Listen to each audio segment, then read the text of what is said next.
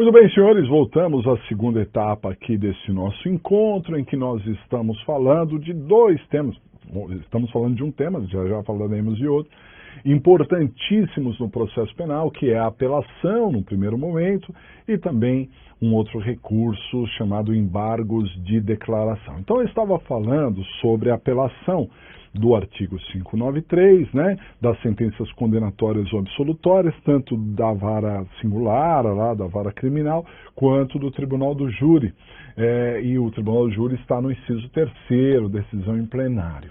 E o inciso 3º, ele tem alíneas, né? Então, a linha A, B, C e D, e nós vimos lá as possibilidades restritas àqueles assuntos. Então, se você apelou no 593, inciso 3º, a linha A, o tribunal só vai se manifestar sobre a linha A, ou se você falou sobre a linha B, só a linha B. Se você quer a linha A e B, tem que ser as duas mencionadas na própria apelação, né? Nós já vimos esse slide, mas agora eu gostaria de falar mais pontualmente com vocês sobre esses temas.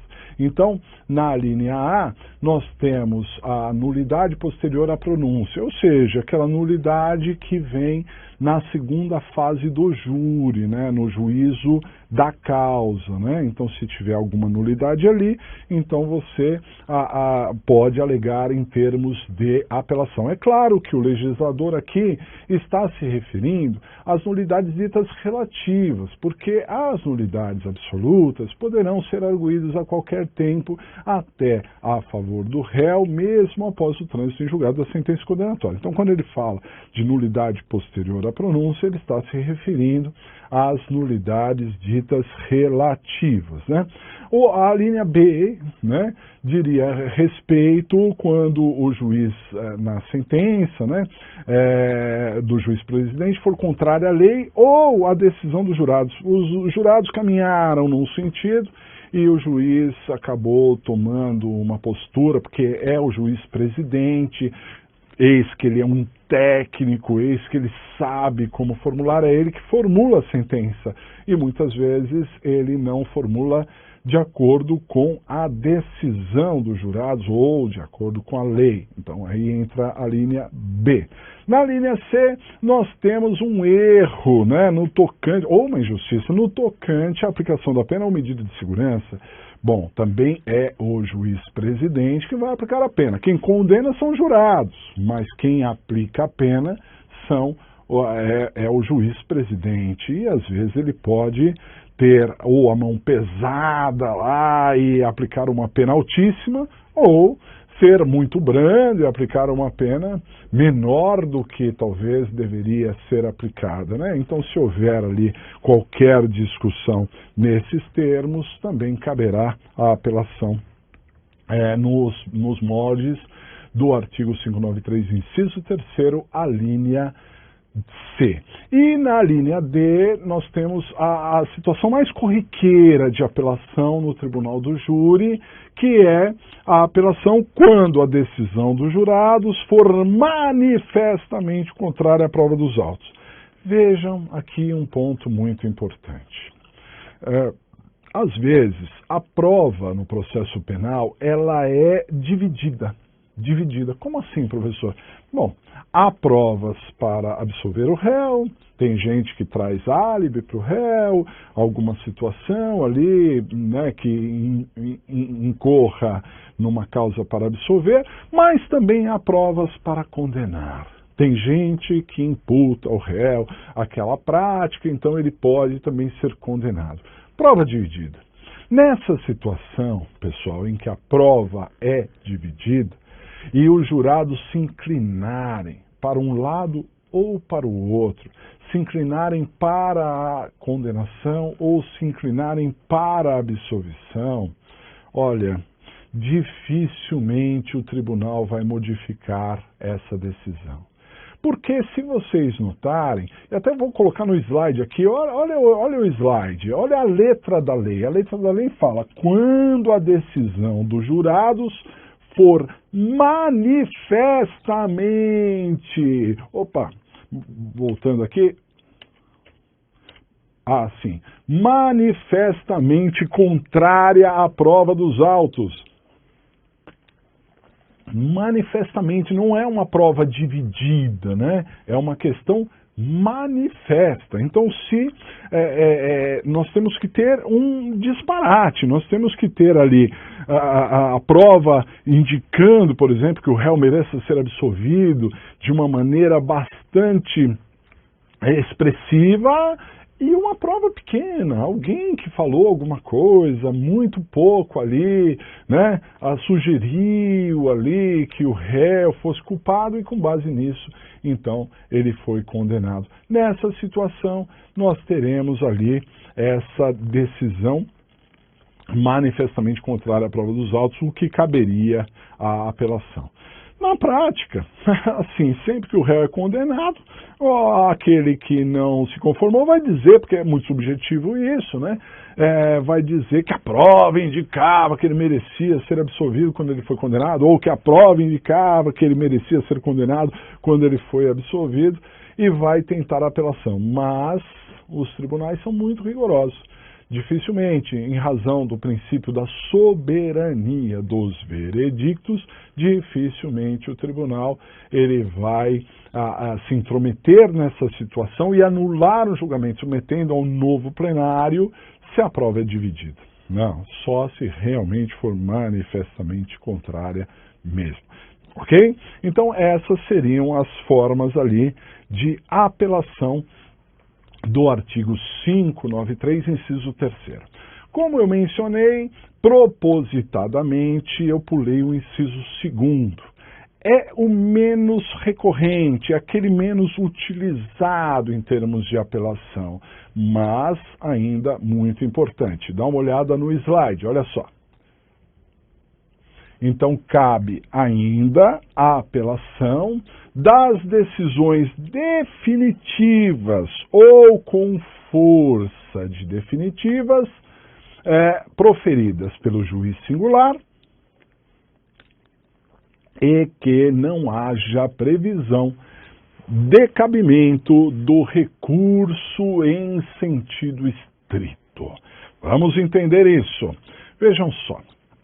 O recurso em sentido estrito, o conhecido RESE, né, recurso em sentido estrito, que tem a sua previsão no artigo 581 do CPP, o RESE, ele é um recurso muito amplo, porque ele ataca decisões, despachos e sentenças. Decisões, despachos e sentenças, mas não é qualquer decisão, despacho ou sentença. São aquelas decisões, despachos ou sentenças que estiverem previstos no rol taxativo do artigo 581. Se vocês forem ao artigo 581, vocês perceberão que há 25 incisos no artigo 581. Portanto, o legislador foi muito prolixo.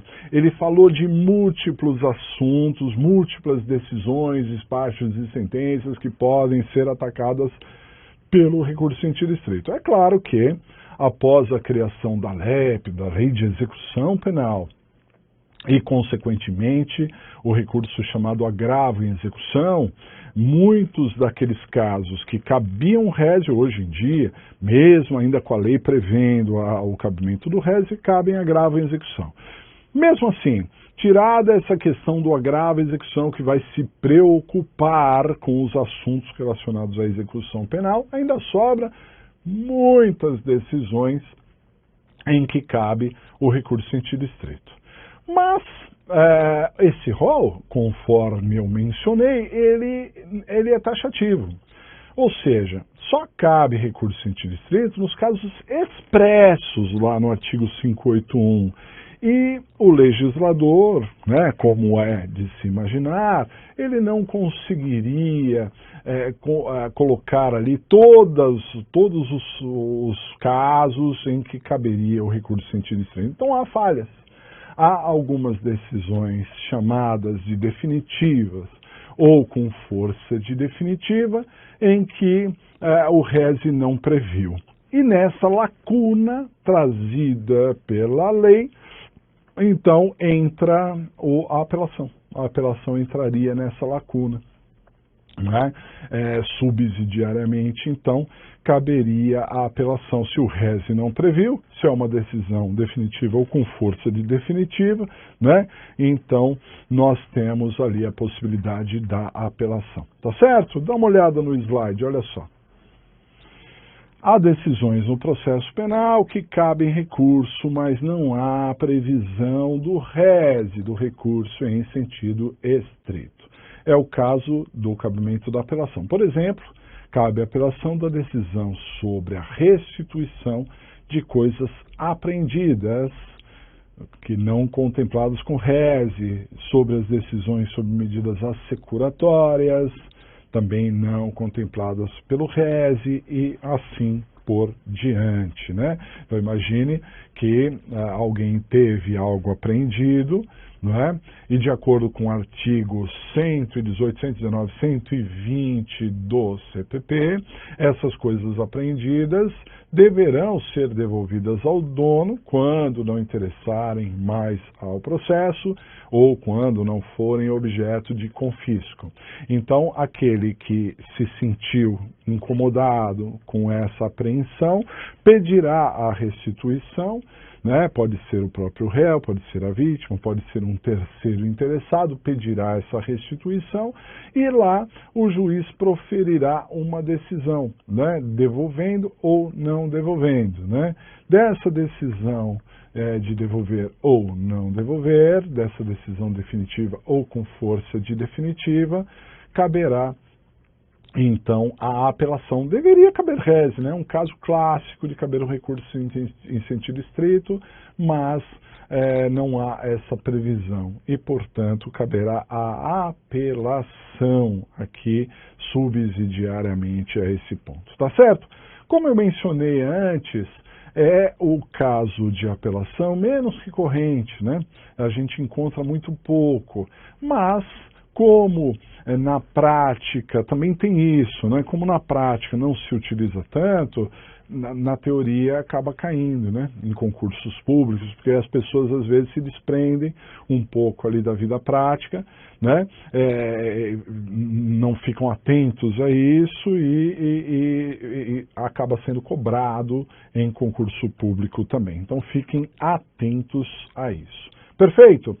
Bom, os casos de cabimento da apelação, conforme nós mencionamos, está no artigo 593 e são esses três casos que eu mencionei, os três incisos. Inciso 1º, sobre a sentença condenatória ou absolutória da vara criminal, do juízo singular. O inciso 2º, quando é uma decisão definitiva ou com força definitiva que caberia rese, mas o rese não previu. Inciso 3º, da sentença condenatória ou absolutória do tribunal do júri, né, naquelas quatro alíneas que eu mencionei para vocês. Essa é a previsão do 593. Mas uma reforma que foi feita no Código de Processo Penal em 2008, né, modificando os procedimentos e dentre os procedimentos, o procedimento do Tribunal do Júri, foi altamente modificado em 2008, fez uma previsão, não no artigo 593, e aqui nós podemos apontar uma falha do legislador, né? Na minha opinião, o legislador deveria, mesmo com a reforma dos procedimentos, ter simplesmente alterado o artigo 593 e acrescentado mais alguns casos na apelação. Ora, a apelação não está prevista no 593, então que se altere o 593. Mas o legislador não fez isso. Ele alterou o artigo 416. Cuidado com a distância, porque os recursos estão lá a partir, né, do artigo 574, mais precisamente através do artigo 581, o rese, depois a apelação 593, e lá no 416, quando fala do procedimento do júri, há uma previsão de apelação também, né? Há uma previsão lá no artigo 416. Que previsão é essa? Nós vamos tratar desse assunto no próximo bloco. E, aliás, eu não vou falar só do 416, porque também há uma outra previsão que não está no artigo 593. Tudo isso no próximo bloco. Um intervalo e a gente já retorna.